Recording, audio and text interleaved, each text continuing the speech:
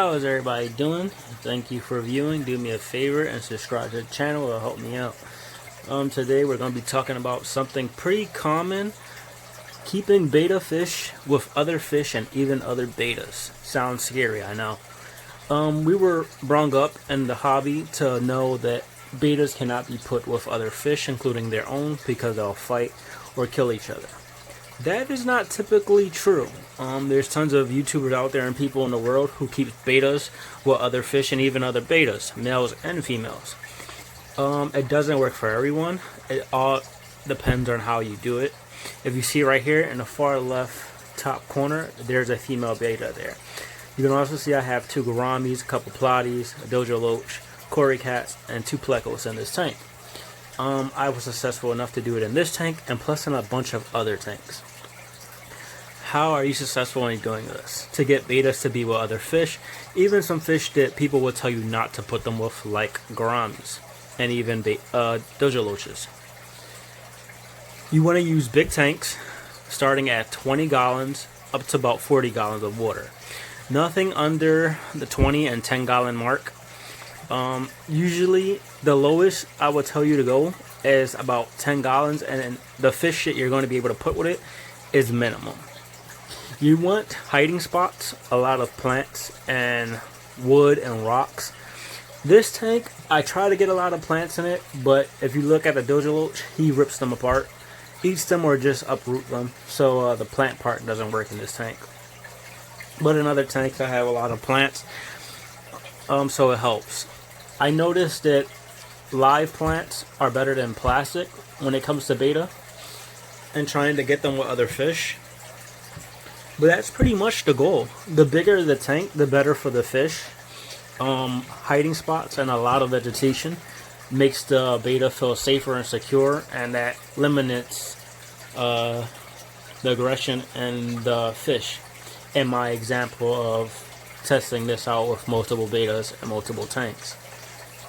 Now, fish that you can put with bettas, I will stay away from fish that nip fins, so like certain tetras and barbs. You don't want them to be nipped because bettas are a slow moving fish. And try not to go too large of a fish because bettas do get intimidated. That's pretty much about it. Now, let's say you get a tank up and running. Let's do 20 gallons of water. And you get a couple fish successfully in with your betta. But you notice your betta is maybe attacking some of the fish, or the fish are attacking your betta. It's pretty normal. There's ways you can stop that. By pulling out the aggressor and putting it in a holding tank or a quarantine tank for the time being. For a few days to a week, with the light off, and then reintroducing the fish to the tank with the tank light off. The light being off helps the fish because they can't see. They can only sense other fish nearby. But if they can't see each other, that eliminates the amount of stress for the fish and they won't be as aggressive. Other things you can do is move things in the tank around, meaning like woods inside of your tank or rocks.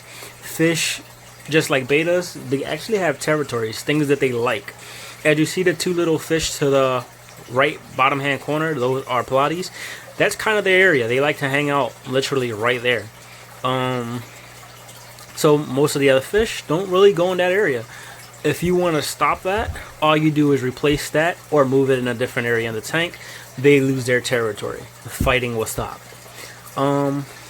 Another thing you can do to stop aggression or fighting between your fish with bettas is introducing more plants, other fish. Sounds crazy, you don't want to overstock your tank, but the more fish and more things that the betta has to look at, the less aggression you will see. So that's pretty much how you introduce multiple bettas into one tank.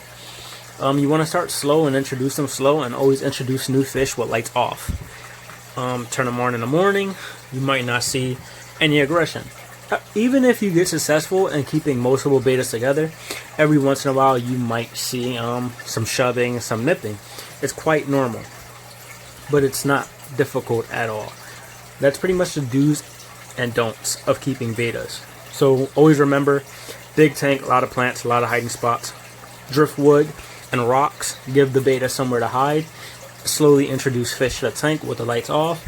If you do see aggression, move things around, pull out what the beta or other fish are hiding by the most, and that should stop aggression between it. So this beta been in this tank for several months now, and I have not seen any aggression from any of the fish towards the beta, or the beta has any aggression towards the fish. Every once in a while the dojo loach will kind of move it out of his way, like bump it, but it causes no trouble for the beta fish at all. That's about it.